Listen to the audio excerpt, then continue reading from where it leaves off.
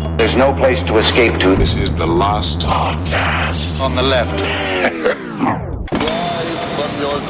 That's when the cannibalism started. What was that?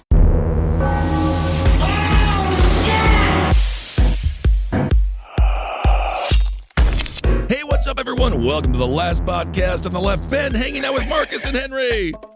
Hi. Yeah. Today's episode, totally normal, guys. No way are you nervous. Today's episode, we are honored to have a true legend in podcasting.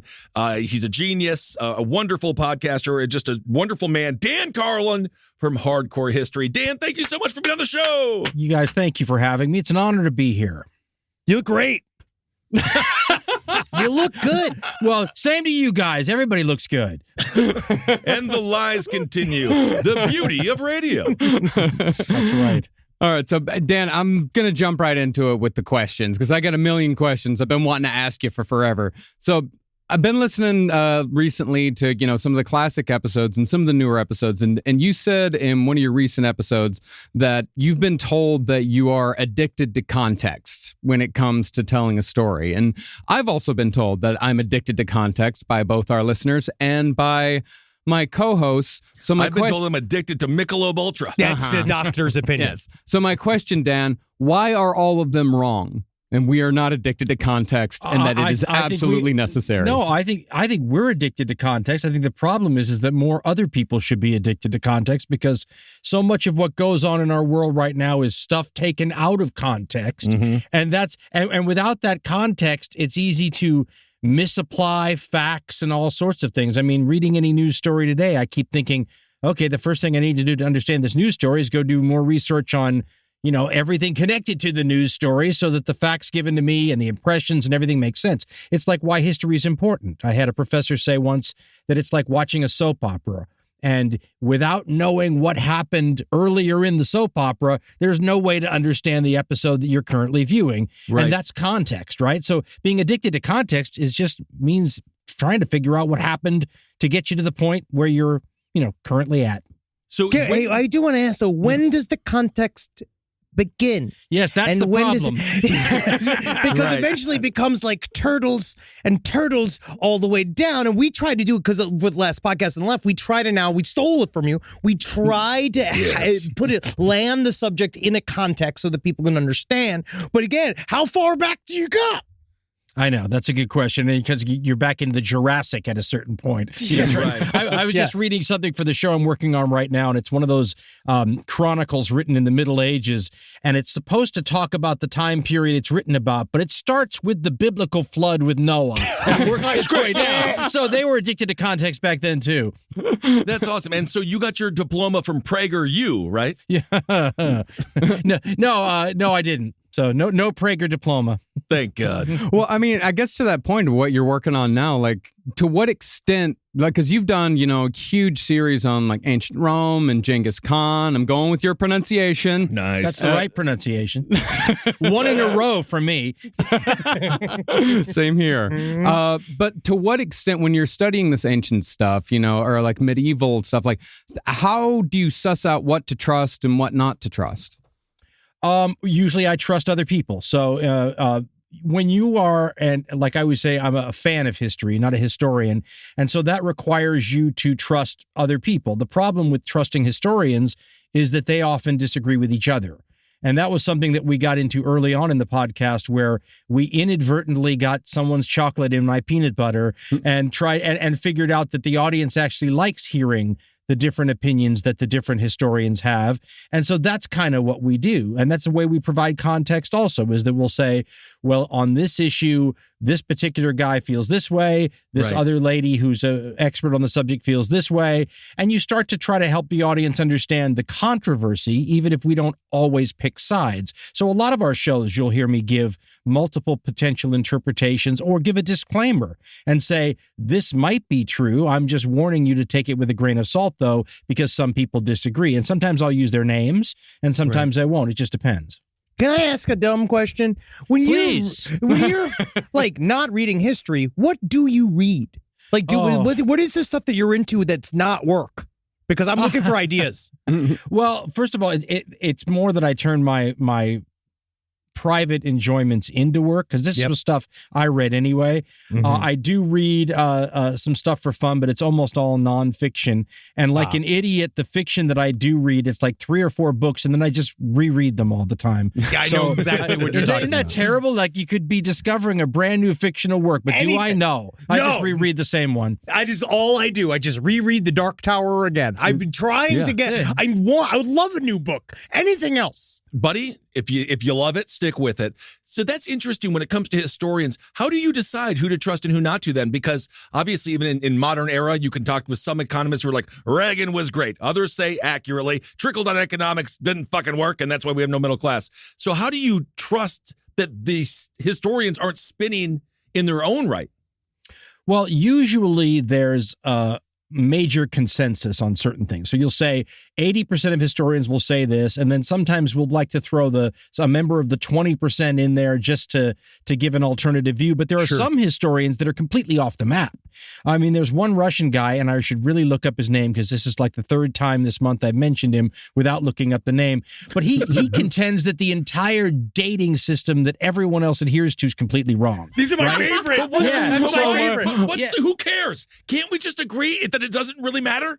Well, actually, it's fascinating. His theory, whether it's true or not, is fascinating because it shows how thin the reeds are that certain potential moments that dating rests upon might be. So even if he's wrong, it's fascinating to look and go, oh, I didn't realize that this date here is crucial for 900 other dates to be right? In other words, they sort of use it as a marker that then, a lot of other things hinge on. Then, of course, you get these historians, there are ones who deny the Holocaust. I mean, and they are, some of these guys are legit historians. They're just so far out in left field, no one else believes them. So sometimes you have to make a determination whether or not someone's so far off the map that bringing them into the discussion is just confusing and wrong, or whether or not what they're bringing to the table adds some sort of interesting angle that the audience would find useful. And that's a judgment call, and I'm sure I get it wrong sometimes. No, but that's why you're the curator. I know. I'm the curator. Call me the curator.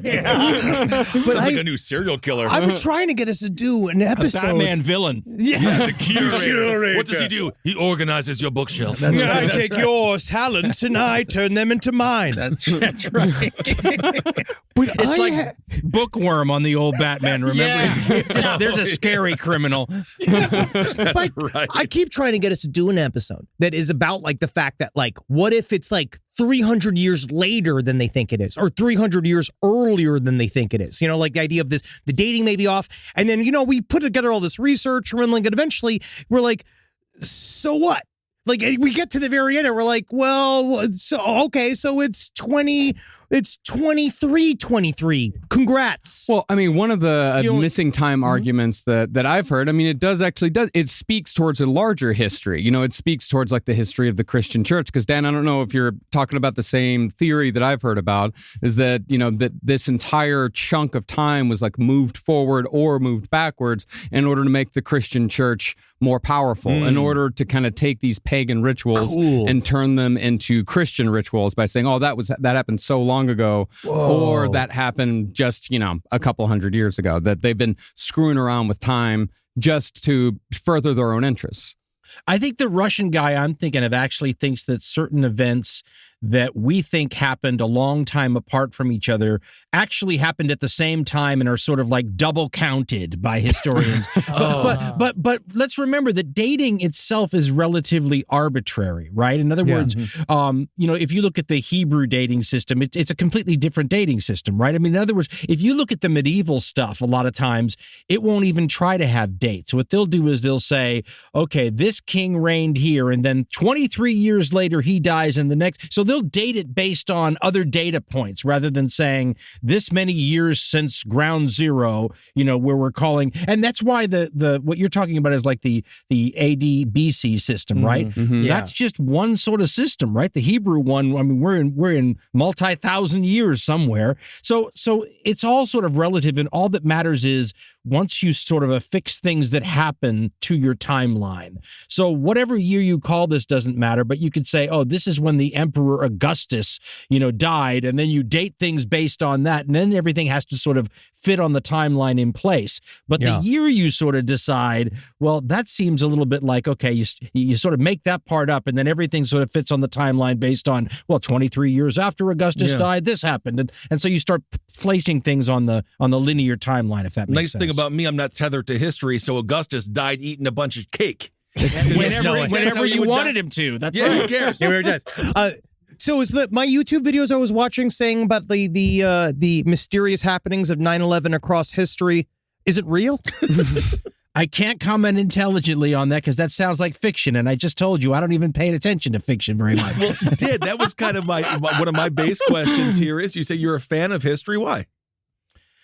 My mother's theory on this, and she's not grounded in reality on every part of the subject. She thinks it's past life stuff. She thinks I have all this stuff from past lives, and that's why I, at 3 years old, well, then reading, you're cheating. Well, if you lived all the life, that's not history. Then that's just a bio. That's a rerun. I think that's fiction too, for the record. But I mean, she was trying to explain how this 4-year-old kid's reading Rise and Fall of the Third Reich.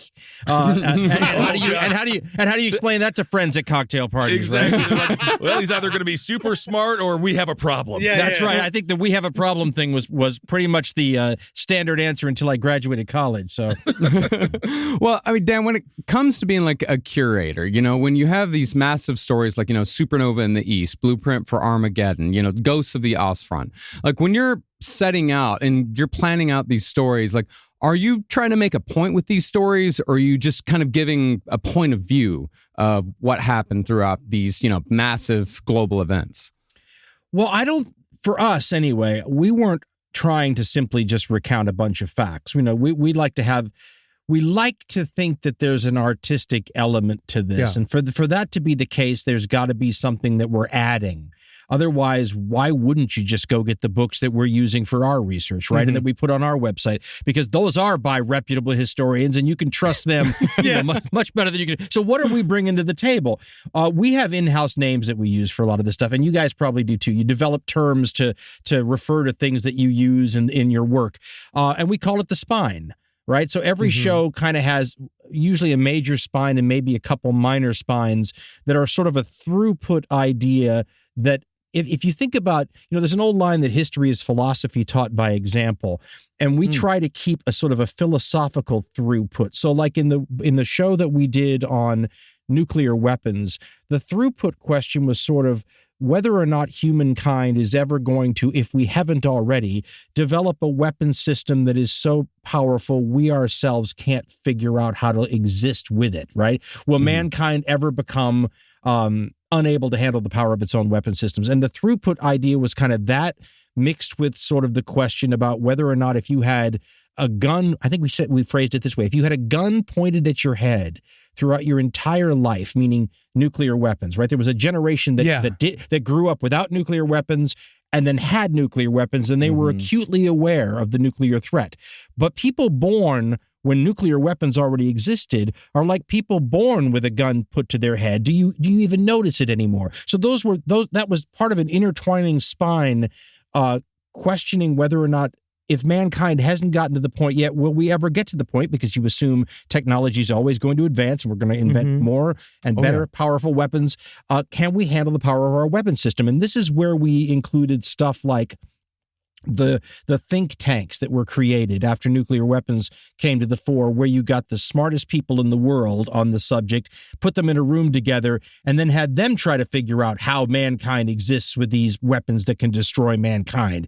And so it's part of a fascinating tale that's a subtext of the nuclear question. And that's something that I just saw Oppenheimer the other night, and when I saw the movie, all I was thinking of is, man, I felt like they really missed an opportunity to get into that side of the question, because here are these people taking us into a brand new era of weapon power, and you have to ask the question then about, how do you then, what's the old line? There was a line, I think it was Bertrand Russell or one of those philosophers was talking about, he said, you can expect mankind to walk on a tightrope, for, an hour or two or a day or a week, but we're committed to walking on this tightrope of not blowing ourselves up forevermore. Forever. Right. And so those are the kind of questions that we wove into the story about the early years of nuclear war and nuclear development. And that's an example of one of the spines, major and minor, that we try to throw into these shows that makes it interesting for us and that adds something that we hope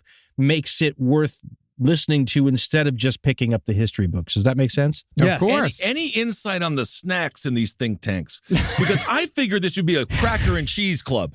Unbelievable. I think it's sardines and cigars myself. Yeah. It smells like it. Yeah. It smells like the end of the world. Do you think that we'll have the same comeuppance at some point about, because our generation was the first ones to really, like, we came up in an age, we were the last ones to come up in an age with no digital footprint, right? Like, we're 40 across the line. We went through a thing. We saw both worlds, and now we're kind of like the generations after us are deeply ensconced in the internet. I actually wonder if we're going to be having these same conversations about stuff like this, like, and how it's AI, affecting our society later on down the line after, like, because I don't know what it's doing to our brains. Like, it seems like it's kind of tearing us apart, like from the inside, not like how nuclear weapons would do it in a fancy, expensive explosion. No, I think about it all the time. The analog generation, right? I always describe it to my kids who don't want to hear it. It's like me listening to my parents talk about, when they had radio instead of television. But the analog generation and the generation that eventually had to decide someday we're going to learn how to operate that weird, complicated tool known as a computer. I remember looking forward to it going, God, I don't really want to have to learn, MS-DOS and how to deal with this computer and everything, but I'm going to have to for work. So in other words, the generation that grew up in a pre-digital world and that has to then, sort of bridge the gap.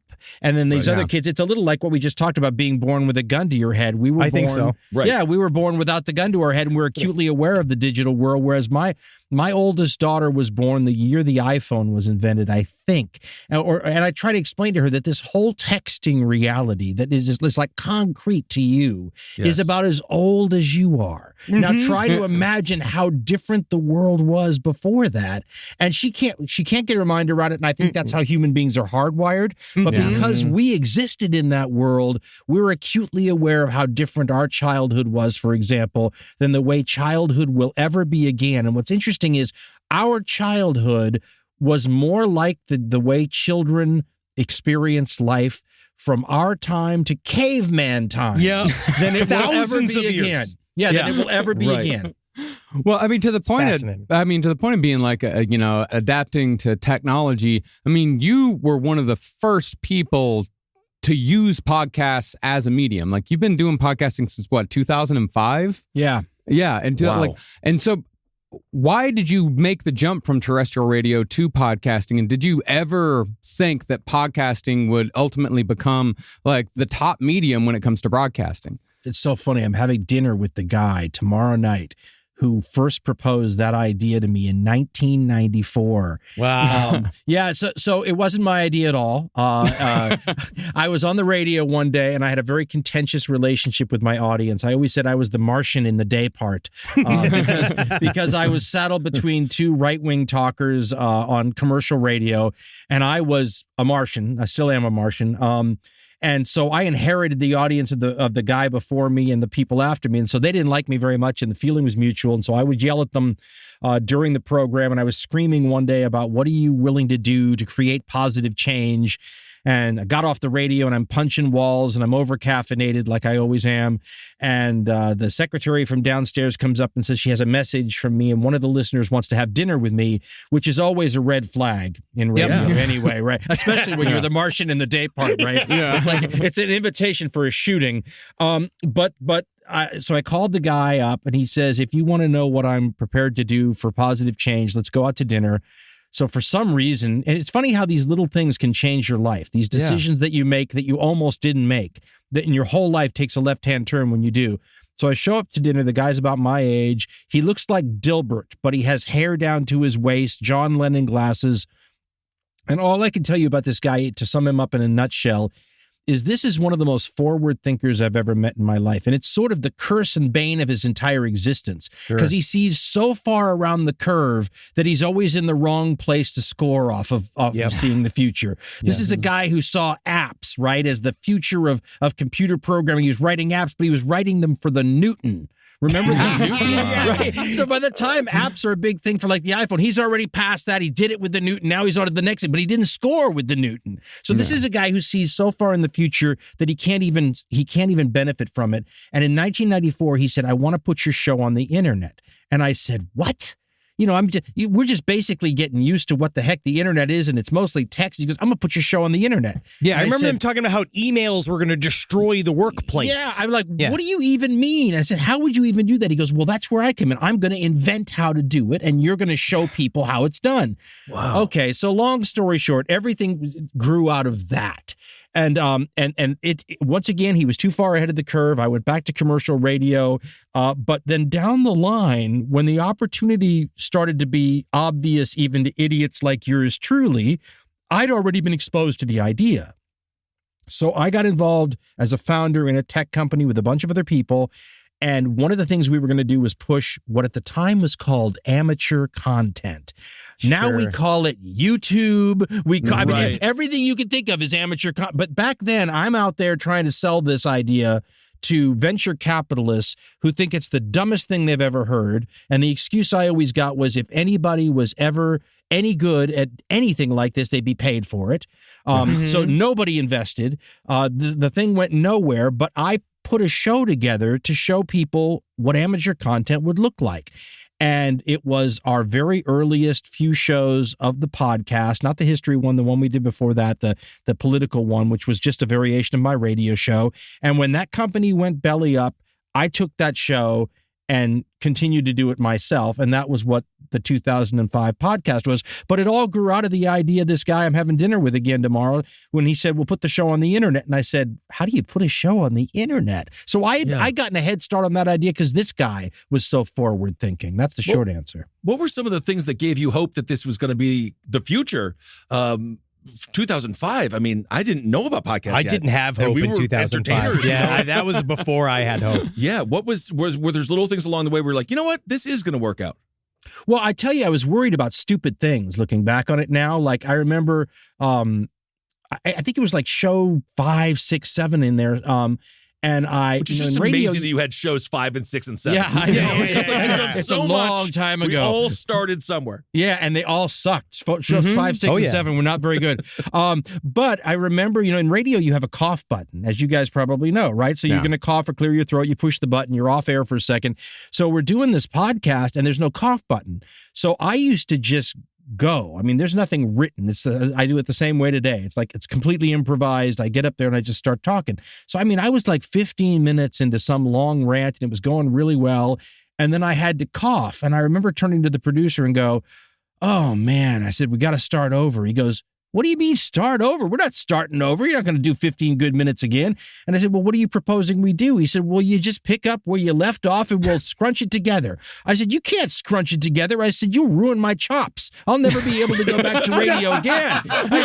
He said, are you thinking about going back to radio? And that's when I sat down and went, radio kind of sucked. For me, anyway. I mean, I was the wrong guy for radio, right? So I was kind of going, what am I preserving those chops for? And that's when you started to realize, okay, we got some tools in this podcasting that you can't do in live radio, right? Right. So it was all as it is for all of us, right? A growth process, learning what you can do, what the tools are. And in 2005, we don't exactly you can't go like research what other people are doing. So you find out later that other people were learning these same lessons. We were all learning them sort of at the same time independently. Yes. But yeah, 2000, it's the funny thing is if you go listen to the shows in 2005, they sound so horrible now. And yet at the time, you grade all this stuff on a curve, right? I mean, it's only as good as what the technological expectations at the time were. But God, I sell those old shows. And it seems like you shouldn't sell those old shows now, right? Well, but for me though, like I first heard Hardcore History for the first time in 2007. Like I've been. Yeah, that's early times. Yeah, I've been listening since that. You've been doing podcasting for 18 years and your family's still alive. That's incredible. That is amazing. But like when I listened to him back then, like I also come from terrestrial radio, from FM radio, and I was working as a janitor at the time, as many FM radio guys were doing. I was going to say, it sounds like a natural Kogi. Perfect. But I found your podcast and started listening to it just constantly, and it really did for me. It changed the way that I thought, like what was possible, of what you could do with this podcast medium. But in those early days, like your first episode is 16 minutes long. Yeah, different sounding, huh? Yeah, it's 16 minutes long. But then now, like your series on World War I was what, 22 hours, something like that. Well, it's funny you say that though, because and this is something I think we also all sort of independently discovered. When we did the political show, the current events show that we started out with, that was simply a repurposed radio show, right? So it was something that we did on radio. But when we decided to do a history show, that was something we designed specifically for podcasting. And I remember thinking it was like this giant whiteboard we had to work with. There are no time limits. There are no mandatory breaks. There's no skeleton at all. You can do anything you want. Yeah. And I was intoxicated by the creative space we had to work with. Because as you know, in radio, you have little creative windows that you can operate within.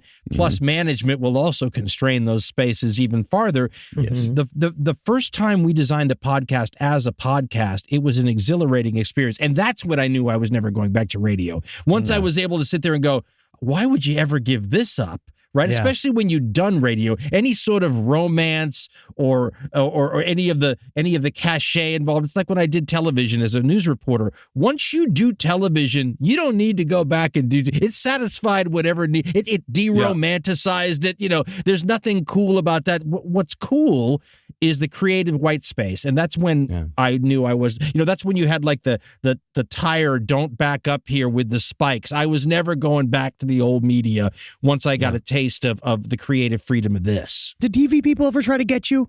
Did TV people ever come over and they're like... They still do. But first of all, I have a face made for radio now, which makes it easier to say... You're talking to three of them. Yeah, it makes it easier to say no.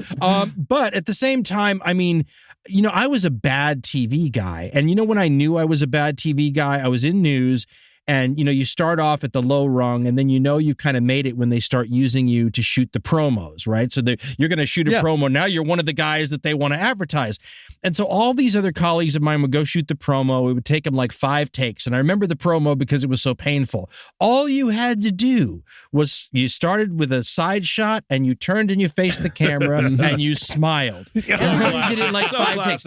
Yeah. So I was on take like 49 before the cameraman, who was a friend of mine, said, "This is not going to work, is it?" And I said, "It's not. It's just not." And like not, like when I was in the field as a reporter, I was a pretty good reporter on like the merits of reporting. But when it came to like looking good, I always look like Columbo, out in the field, right? My hair was all symbol. Yeah, he's a low key sex symbol. I was not a low key sex symbol. I looked rumpled. I looked like I'd been literally in the field, as they say. and so so in that sense, I was not the TV guy, and it was uncomfortable for me, right? What were my hands doing? Right. I did a couple of sizzle reels for some TV companies that wanted to do things, and I had the exact same problem. It was like a bad flashback to my TV. Like, what am I going to do with my hands? And they would sit there and focus inordinately on how my pants looked and the crease, and I can't deal with that. I'm a content person. I'm not a visible person. If that makes sense. And there's a superficiality to television that obviously podcasts can erode. Right? We actually get to tell long stories. You can do long form. You don't have to worry about the next ad break coming up. There's something about it that's very refreshing and very earnest. And I think that's one of the reasons people love your podcast and love podcasts in general, because I was just watching Damar Hamlin when he got hurt with the Bills. So this guy almost died in the football field, right? So everyone's crying in the stadium, right? And then Buck is like, all right, let's go to break. And everyone is dead serious. And then all of a sudden it's whopper, whopper, whopper, whopper. Yeah. It really brings you out of it. You're like, oh, and nothing, that man's about to die on national television. And the ads just roll on. Yeah. And the thing is about you, Dan, is that you were the one that showed everybody else, I think, the whiteboard. that we could all use, that we could do whatever we wanted with this medium. I know you definitely showed us what the hell to do with all that. That's a great compliment. I hope that's true. I'd like to think that's true. It is true. It is true for us at least. We say come a lot. I think 200% more than you do. Yeah. But that's our oeuvre. You know what I mean? That's our life. Yeah. Well, okay, back to history. I want to ask you a couple of history questions, just your opinions on certain things.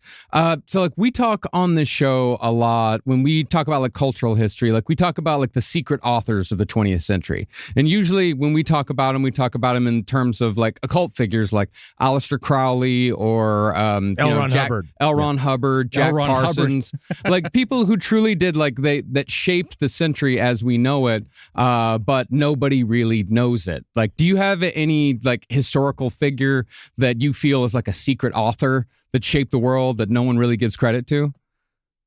I'm sure, given enough time and thought, I could come up with one. But off the top of my head, Well, it's funny because you say, and I devolve toward the mean on a lot of these questions, and I apologize in advance. But one of the nonfiction books I read every year, and it horrifies people when I tell them this, but I think it's actually behind me in the bookshelf right there. Probably is Mein Kampf. Right. Mm-hmm. And people say, well, why would you read Mein Kampf? And I said, well, in the same way that you get a chance to really, when you're reading nonfiction as opposed to fiction, you get a chance to know the author a little bit. Right. I said, how interesting is it to get a chance to get into the mind of this person who, you don't want to make it sound positive. He made such a difference in the 20th century because it sounds like he made a positive difference, but he made an impact would be a better way to put it. And his wild, evil ideas continue to live on and are on the upswing today. Mm-hmm. So to get an idea into the mind, the one thing you get when you read Mein Kampf is you see what a conspiracy nut this guy was, right? There's things like that and you turn around. So when I think about secret authors, most people don't think about Hitler as an author, but he was an author before he was the Chancellor of Germany, right? Mm-hmm. And he wrote a book besides Mein Kampf, the second book, which I have not read, but apparently it's also very instructive into the minds of this guy. So to me, that's getting a little bit closer to understanding one of these people who continues. One of the things we mentioned in the First World War show that you brought up is how it's an inflection point in the modern world. Right. How the world before the First World War is a different world, and the world after the First World War is a completely different world, and the Second World War is an offshoot of the First World War. Hitler is one of those figures that when you read Mein Kampf, you can see how he's a different figure because of the First World War. Yeah. And so when you say secret authors, I don't think of Aleister Crowley as having a huge impact, but L. Ron Hubbard did. But the kind of impact L. Ron Hubbard had, even though I'm not comparing it to Nazism at all, is more like the kind that Hitler had in the sense that he comes up with this book. The book itself has an enduring impact. Some movement springs from it. I'm trying to think if you could say that Aleister Crowley started a movement. He has fans. We connect. Right. Well, LRH stole the structure of Scientology from the OTO. Did he? Basically, if you go deep into like the lore of L. Ron Hubbard, he was like a pen pal of Aleister Crowley's. When Aleister Crowley was deposed, like once he was like in his waning years, Aleister Crowley's writings also, which is interesting because the autobiography of Aleister Crowley is fascinating as well because you see how much more is a lark, how much more of it was like he was entirely aware of what he was creating and what he was doing and his like acerbic sense of humor. But LRH is like all of that stuff is ritual magic and ritual ideas that have been stolen from esoteria from across the board. So it's weird that L. Ron Hubbard can be like drawn back to like John Dee. Yeah. Like that character where he's like he keeps stealing from the same source. Yeah. It's the same problem that we have that we were talking about earlier. How far back do you go? How much context do you give? Is that because you could just keep going back and back and back with these guys? I think that ability though to go back and pull from the past, like you just mentioned, I think that's like a superpower. I think that's one of those things where if you can do that well, that's one of those things that you would trade a number of other, it's almost like a D&D character, and you roll the various things that you have. Yes. The ability to do that, if you score an 18 with your 3 6-sided dice on that quality, it's going to help you, in the dungeon quest, right? Yeah, it helps me in this context, and everywhere else, it hurts. Well, look at that. You know what I mean? Everywhere else, it makes me a social pariah. We went from talking about dates to talking about people who never get dates. That's fantastic. I love it. So do you have a favorite, like, sort of, you mentioned this word earlier, hinge. Like, do you have like a moment in history that you see as like just this extraordinarily important hinge moment that just everything after it just kind of depends on? Oh, my problem is narrowing it down. I mean, the First World War is a great one because that we live in that world now, right? So the door that swung open there is the room in which we live now. But there's hinge points all over the place. I love Alexander the Great. I mean, if you don't have Alexander with those crazy conquests of his, it's hard to imagine what happens without it. I mean, there's a lot of those, because you can play history two ways. One way is if Alexander doesn't do it, someone else does. Yeah. Right. The other one is without Alexander, it never happens. And it's the old historical argument about the great man theory of history versus the trends and forces one. Right. So the argument is sometimes that you have these unusual figures that push the envelope, and then all of us sort of follow in their wake. Or you have the circumstances in place that create the conditions that somebody just exploits, right? So you create the room and the door and someone walks through it versus nobody could have walked through that door except that particular person. Or as we always say on the podcast, it's probably an interplay between the two. You might, Alexander's a very unique figure, but had he existed 200 years before his time, maybe he's not able to do what he did, right? Yeah. Right. So it's sort of like the Dr. John approach. If I don't do it, someone else will. So do you think it's more on the person or the parameters that person was raised in? Because I think it's the interplay. I think it's the interplay. It's just both. Yeah. I think it's a magic moment where if same thing with Hitler. I mean, if you have Hitler 100 years before Whenever Hitler, I think of Hitler, I think of magic moments. magic moments. Touche. That's right, touche. But I mean, think about this. If Hitler is Hitler 100 years before the time period he exists in, he's not doing anything because he's not a nobleman. Yeah, Right? he's an asshole. He's just a normal asshole. He's some peasant that none of the blue bloods are going to listen to at all in an era where you have to be a blue blood for someone to listen to you, right? So I mean, that's what we mean by the confluence of time and place versus the individual. And it's hard to imagine anybody doing what Hitler did other than Hitler because he's this weird mix of, I mean, he's such a crazy, mixed up, screwy, weird character that it's hard to imagine there being a bunch of those dudes walking around, in the 1930s. Yeah. Well, one of the I guess time and person that, one of those like points that we got stuck on recently, we did a serial killer. We did an episode on a serial killer named G. DeRay, who was active during Joan of Arc's time. He was active during the 100 Years' War. Oh, okay. And easy way to hide what's going on, huh? Yeah. Yeah. But he also, because G. DeRay was like her main dude. That was like her army captain. Well, that's sort of my question, is that there are some historians who specialize in Joan of Arc do not mention G. DeRay at all, or at least he might get a small mention as like a minor general in her army. But historians who focus specifically on this character of G. DeRay, who is actually an absolutely real person who, held a high-ranking position during the third phase of the 100 Years' War. Thank you.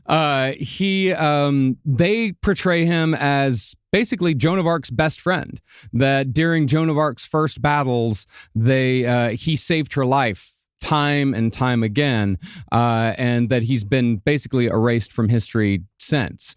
So do you think that when historians write about subjects like Joan of Arc, do you think that people sort of erase embarrassing connections, embarrassing events in order to sort of feed the narrative that they want?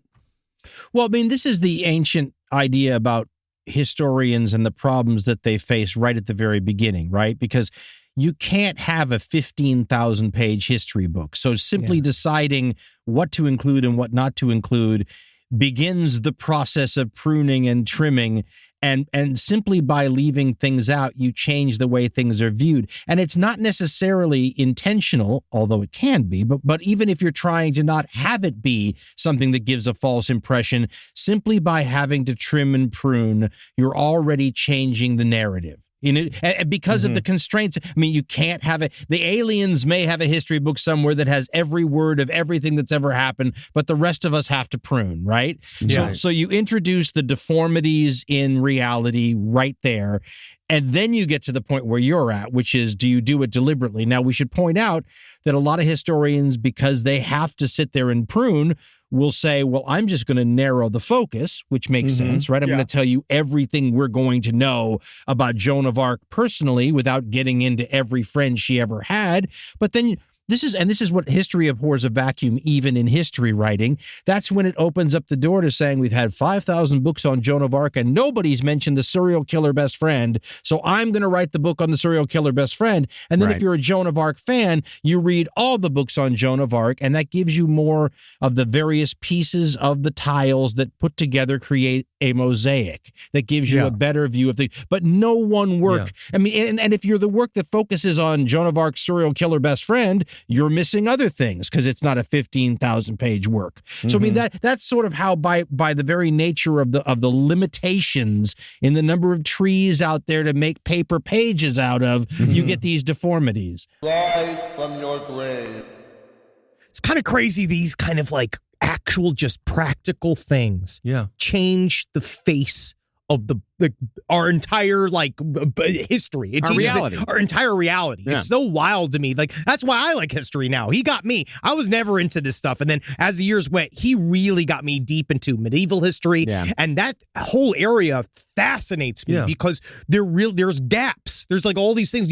I don't know what we're missing when you're reading about and it's interesting the way that even just saying that, like, of course, they have to cut shit out. They have to print the books. They got to ship the books. Right. The book can't be 25 pounds. Well, that's a great point. And when it comes to getting people interested in history, what do you like? What was the string for you? Because you can look at history through sports lens, through music lens, through politics lens. There's so many different ways that you can look through history and see. You can look at racism through the history of sports, so on and so forth. What is a string for you that got you excited about the past, and maybe something to help our audience that maybe wants to get into history, like just a place to start? Because it's history. It's pretty big. I go through phases. So people will ask me sometimes, why don't you do a show on 17th century India or something? And I'll say, because I don't know anything about 17th century India, and all the shows that we do were things that I already had some pre-existing knowledge about. And the reason I had pre-existing knowledge about them is because at one time in my life, I was really into that subject. And even though I moved on from it, you retain a certain amount of foundational knowledge that you can then read new books on and sort of build off of, right? I don't have to start from no knowledge about 17th century India. I can work with things that I was into. So all of the shows that we've done are at one time or another were subjects that obsessed me. And if you look at the throughput, I'm ashamed to say almost that a lot of it's military. And this again gets back to my mom's theory that I was, how does a 3 or 4 year old get so interested in military affairs when he's a basically non-violent child? I mean, I wasn't the only kid playing with G.I. Joes who's just working on diplomacy between states. That's right. No, we're not fighting, guys. No, but I mean, but whatever I was into, like I was into Native Americans for a while. But the Native Americans I was into were warrior Native Americans. I wasn't into the ones who were, putting things together with shellfish and, nice little pottery things. I was interested in warriors, and so, I mean, that's the kind of stuff where you end up learning about the pottery and the basket weaving and all that stuff as a consequence of being drawn into the subject from the warrior side of it. And so if you think about that as being ground zero of an explosion, then you learn about the other things because of being taken in by the subject matter connected to a military thing. And then then like we were talking about, like the rest of the story, you have to flesh out for the context and everything else, where you want to understand the world that these warriors live in. You want to understand their reality, their values, what they were losing when their culture was being destroyed. So for me, the ground zero thing, I think, was the military stuff. And Dan, I'm sorry, you did trigger why we know so much about shovels. Because when researching the Donner Party, Marcus really got into the shovels that they used, and then Henry, thankfully, edited about 5 pages. He truly loves wagon manifests. You guys make me think at the University of Colorado, and I don't know if it's the same as it used to be, but the grill in the student union is named the Alfred Packer Grill. And he was a cannibal that got, one of those Donner Pass type guys. It was a gang. Well, but on the other hand, that was the Donner Party was kind of that is what got you into history. It was when we did our series on I don't know if you've read this book called The Indifferent Stars Above, which is but remember the Donner Party, those people were forced to that. I think Alfred Packer he developed a taste. That was a whole different thing. Yeah, he was a chef. Yeah. You know what I mean? They had to do it to survive. But I did learn something important on that episode, like doing that series, because I really did get really heavily into what they took on their wagons, what they took with them out west, because I thought that said so much about the people themselves and, what they expected once they got there and what they didn't expect to happen. Well, that was the first story I remember really reading, and then getting more into older history, medieval history of understanding. I was like, oh, people have been just like us for a long time. Forever. That we've been these same idiots walking around for the same time, dealing with the same stuff. All of the stuff that happened with the Donner Party was literally just hubris.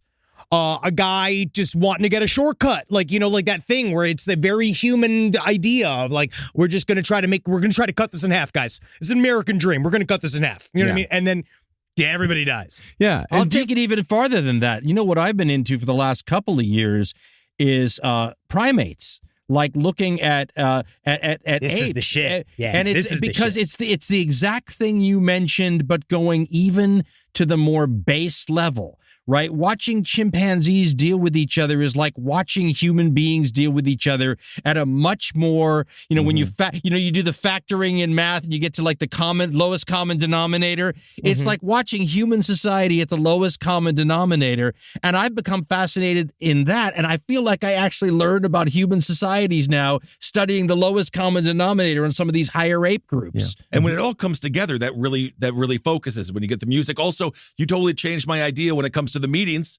sardines and cigars. That changes everything. For some reason, it's yes. Oh man, that really changes the temperature of the room. So once you mix it all together, it's just such a beautiful thing, and it helps, just understanding. How much does history help you understand the present? It's I don't even understand how other people understand. So I have a friend who's one of these guys who sees the entire world as math.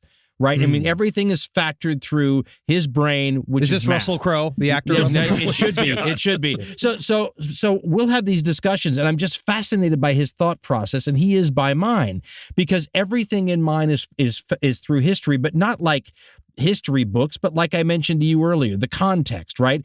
Everything it's the past episodes of the soap opera. I only understand now based on what happened yesterday, what happened the day before, how we got to here. And I can't even visualize how other people figure things out without that, just like he can't figure out how other people figure things out without math. And I feel like there must be 25, 30, 35 different ways of looking at the world, and all of us fall into one of those various groups. And so I talked to other history fans, and when we first did the history show, I thought I was doing it for other history major types. That's why the early shows sound so different. I don't really give you any history because I thought the audience was going to be people who already knew the history. It's just all the twists and funky stuff, right? But those people, I went to school with them. We all saw the world through that lens. Just like I imagine a bunch of mathematicians all see it like my friend.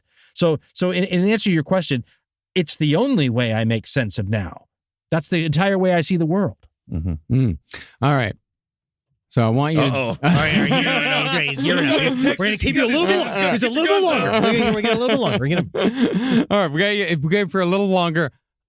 I want you to play a little bit of what if. I want to ask you a couple of what ifs. And this is actually I want to ask you one big what if. It was one that we really got into that was sort of inspired by your World War I series, is the question of Rasputin. It's how important was Rasputin to World War I? If you take the figure of Rasputin out of history completely, does it change World War I or the history of Russia at all? I'm going to guess, and we'll throw that out there. I'm going to guess not. Because I think by the time Rasputin is making a real sort of impact on, and his real impact was he had the ear of the Tsar of Russia and his wife, right? I think once Russia, this is what the Guns of August is about, Barbara Tuchman's famous book, which basically shows how once the gears of the momentum of the first month of the First World War get going, you're stuck. Right. I described it once like pulling the pin on a hand grenade and then trying to decide you're going to put the pin back in there. Once you pull that pin and then lose it somewhere, you're done. Yeah. And I think once Russia starts taking the kind of, it's funny because you could make, and this is why history is important too. You could make certain analogies with Ukraine and Russia today and the war going on there. War creates such a strain on societies that it is a challenge for their political systems not to just collapse. And what was happening in Russia already before the First World War broke out, I mean, they had a big revolution or a revolutionary attempt that collapsed in 1905, right? The war breaks out in 1914. So they already were seeing the cracks in the edifice. And so to then put immense pressure on Russia, the kind of casualties they were taking in the war, the amount of money that was being spent, the dissatisfaction among the public and all that sort of stuff, put in motion an inevitable collapse that was going to happen. And I don't think, unless Rasputin could have convinced the Tsar to end the war, and I don't think Russia was in any position to end the war, and I think that the Allied powers that he was allied with wouldn't have let him end the war, then I think Russia's stuck anywhere, and they're on like a crazy train to collapse. Well, mentioning history and how it kind of conflates with modern era, Rasputin or Lyndon Johnson, bigger dick? Who do you think had a bigger penis there? Here's the thing. I have a specific view on Lyndon Johnson, and that's that I think, and I try to say this about a lot of historical figures. I think he was trying. Right? I mean, I think I'm of the same opinion. Dan, you're skirting the question. I need to hear inches here. I think Rasputin. I think you're talking like actual physical proportions. Is that what we're talking about? Or just of course he is. He doesn't know. He doesn't do the reading. Well, you can do sports. You can do history. No. Here's my favorite. Look at history through dick size. Here's my favorite Lyndon Johnson story. You guys will appreciate this. And I read it in a book about Richard Nixon, who was the next president after Lyndon Johnson. So I don't know if it's true or not, but I read that when Richard Nixon, who was a Quaker, right? So he was raised a certain way. When Richard Nixon got into the White House, there's the shower that the president uses in the shower, right? His bathroom shower. And Lyndon Johnson had installed in the shower a shower jet in the middle of the shower that shot straight up. And this so upset Nixon, he had it removed. So that's my Lyndon Johnson story. Oh my God. People were mad that Obama put a basketball court in. I'd be living with Nixon. That's the perineum wash. That's my taint spray. And I can think of a couple of Bill. Why didn't Bill Clinton put that back in? Right. You want to know? He's a dirty man. I guess the last thing today, Henry wanted to ask you about aliens. I saw you recently put out an essay about the UAP situation, because I know that you've been trying to get into ufology a little bit. First of all, don't come into this. Don't do it. Don't become a ufologist. They're going to take everything away from you. You're going to lose everything. Yeah. Henry's been more upset than ever, even though he's gotten everything he wanted this year. It's just you.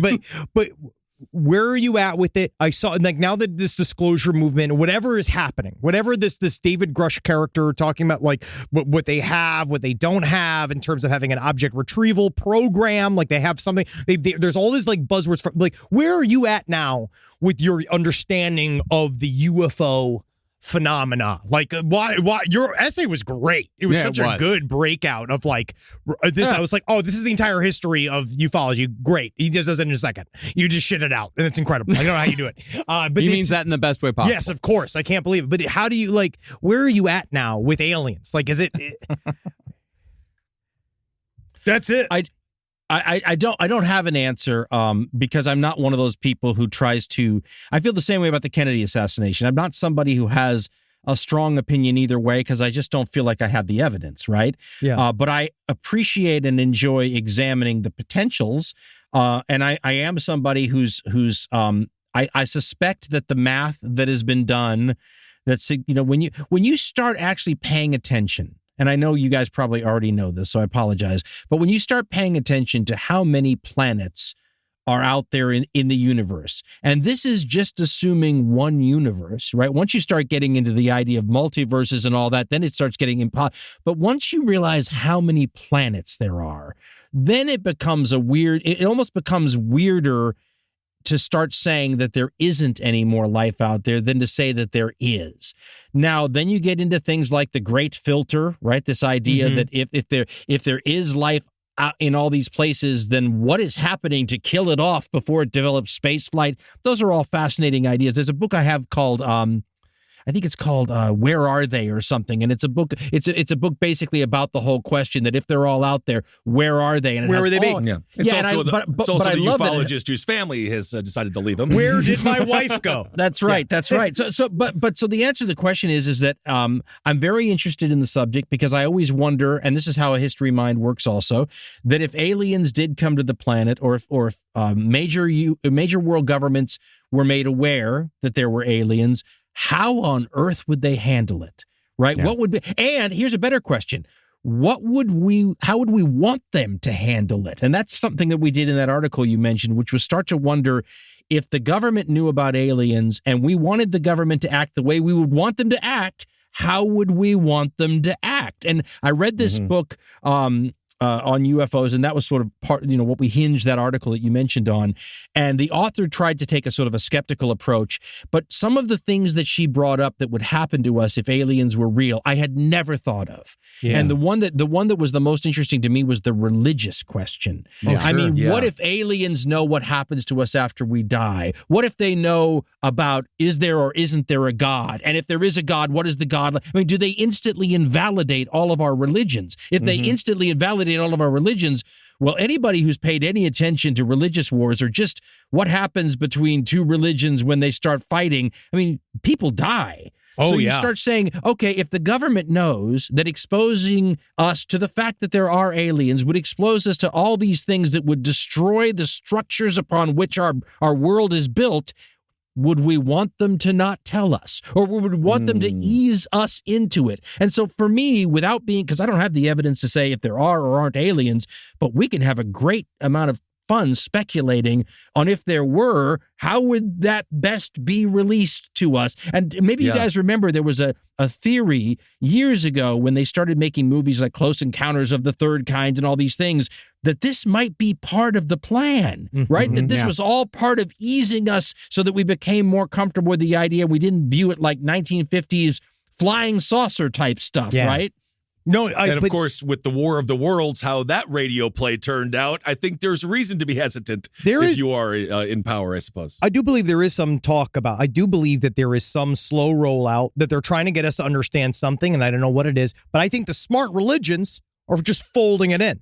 The Vatican has a whole ufological department. Like apparently that's one of the people that might have a UFO. They're saying that they might have something somewhere in the Vatican City, which is the best, coolest / scariest thing I can possibly imagine. You know what I mean? Like the Mormons are already folding it aliens. in. Like, they're Catholic. It's just, I feel like that's one of those things where like, didn't L. Ron Hubbard sort of fold it into his? Oh, that's OT3, man. Yeah. The Xenu reveal gets you hard each time. You know it's coming. Yeah. And then once it gets you, wow. You really do. Well, Dan, thank you so much for Dan. joining us. We can't tell you how much we appreciate it. You guys were very nice to have me on. I hope it lived up to the hype.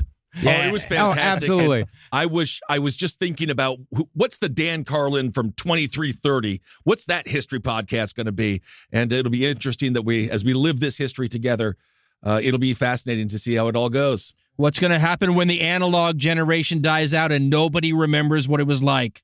Oh, God. There will never be a game of hopscotch again. Right. It's a tragedy. And I also want to say to our listeners, if you enjoyed our series on the Manhattan Project, Dan Carlin's episode that was called The Destroyer of Worlds, it's a 6-hour episode about what happened next. That's great. But like that starts, and I enjoyed it immensely. I can't tell you how Light much and I enjoyed airy, it. rainbows and unicorns, just like all our stuff. Thank you so much. Thank you all so much for listening. Dan Carlin, obviously check out Hardcore History. I'm sure many of you have already, but if you haven't, it's a must listen. And Dan, again, from you're just a podcast legend and you're a hero of ours. So It's an honor to be on, guys. Thank you so much. It was an honor to have you. Thank you, Senpai.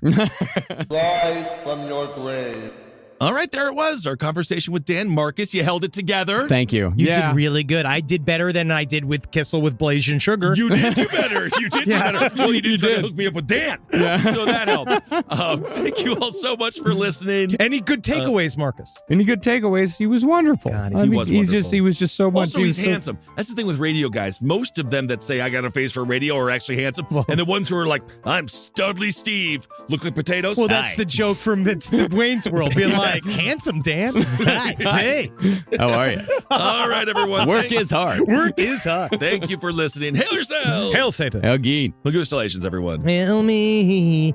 Go to listen to Hardcore History. Hardcore Educate your History. goddamn self. Yeah, go check it out. And if I have one more plug for Hardcore History. If you want to get the first 55 episodes, you need to go to his website.